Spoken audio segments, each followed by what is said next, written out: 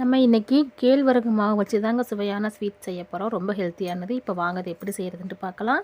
First ஒரு mixie jar எடுத்துக்கலாங்க. ஒரு கப் வந்து ராகி மாவு சேர்த்துக்கலாம். 1/2 கப் ஜீனி சேர்த்துக்கலாங்க. 1/4 கப் தயிர், 1/4 கப் காய்ச்சின ஆறின பாலுங்க.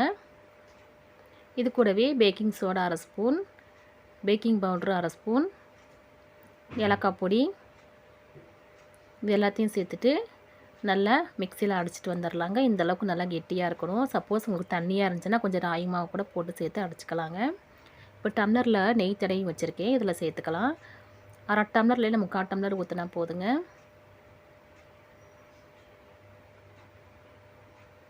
இப்போ இட்லி பானையில் தண்ணி நல்லா காஞ்சதுக்கப்புறமா நம்ம அதில் எடுத்து வச்சிடலாங்க.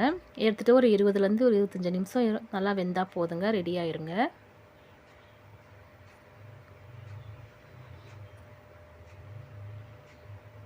இப்போ வெந்துருச்சான்னு பார்க்கலாம். நல்லா சூப்பராக வெந்துருச்சுங்க. டக்குன்னு சீக்கிரமாக செஞ்சிடலாம். ரொம்ப ராகி மாவு வச்சு ஹெல்த்தியான இந்த ஸ்வீட் செஞ்சு பாருங்கள். சூப்பராக இருக்குங்க. நல்லா சாஃப்டாக இருக்குது. இப்போ எடுக்கிறதுக்கு ரொம்ப ஈஸியாக இருக்குது.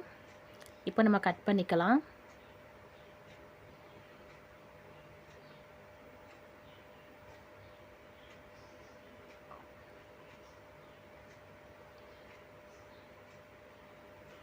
இப்போ எல்லாத்தையும் கட் பண்ணிக்கலாங்க.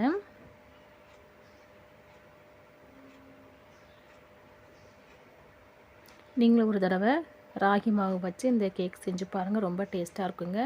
ஓகே ஃப்ரெண்ட்ஸ், இந்த வீடியோ உங்களுக்கு பிடிச்சிருந்துச்சுன்னா லைக் பண்ணுங்கள், கமெண்ட் பண்ணுங்கள், சப்ஸ்கிரைப் பண்ணுங்கள். தேங்க்யூ.